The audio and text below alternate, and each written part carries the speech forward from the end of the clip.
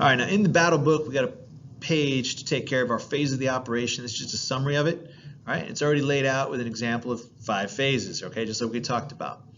All right, so you want to start out your briefing saying, hey, we're going to have 5 phases, 4 phases, 2 phases, 6 phases. All right, you say that up front so people know what's coming and they kind of think about that in their head as they're taking their notes. All right, every phase you want to clearly articulate. When does it start? When does it end? Phase 1 starts immediately following this operation briefing, okay? That would be a great thing to start phase 1 with, all right? But sometimes it might be, hey, phase 1 starts next Wednesday when everybody's assembled outside Washington statue, okay? Maybe that's what needs to happen because you're issuing an op order for a trip section or something, okay?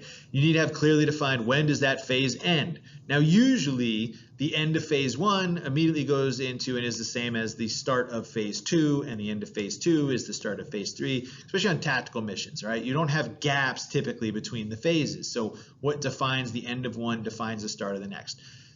There are some exceptions, especially when we talk about some garrison operations and things like that, where maybe there's some pauses between them, but very typically the end and start of them are going to pair up because you're going to go from one phase to the next, to the next, to the next. All right. Now in this chart, we want to just lay out what are the critical tasks in each phase.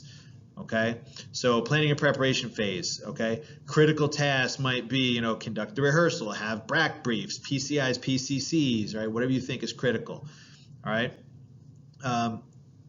So think through that and make sure it's just the important things. You don't want to list out every single little task, critical tasks. What are the important things to make sure happen to kind of have a successful mission? All right. All the little day-to-day mundane things don't need to go in there. All right. So we can lay this out and think through our phases and how we're going to phase the operation. Here's an example of that all filled out. 5 phases. Phase 1, plan and prepare. Starts immediately at receipt of this op order. Ends when first squad crosses the LD. All right. And then we've got critical tasks there, PCCs, PCIs are the javelins, the AT4s, squad rehearsals. All right. We've got a movement phase, an isolate phase, an attack phase, and a transition phase. All right. So this is an example. And then we've got pages in the battle book for each phase to go into detail so you can talk through the phases of your operation. All right, and then what happens. So phase 1, have a title for it, and then all the descriptive information about it, okay, and how we're going to do things during that phase. All right, and some of these things might be different. What you do for a casualty that occurs during phase 1 planning might be very different than what happens if you're doing that because you have enemy contact and have a casualty during phase 3 with your leader's recon. Okay, that might compromise the whole mission, right?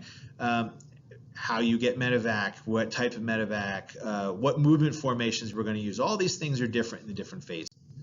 All right, so here's just an example as we go through. So a phase 1, plan and prepare.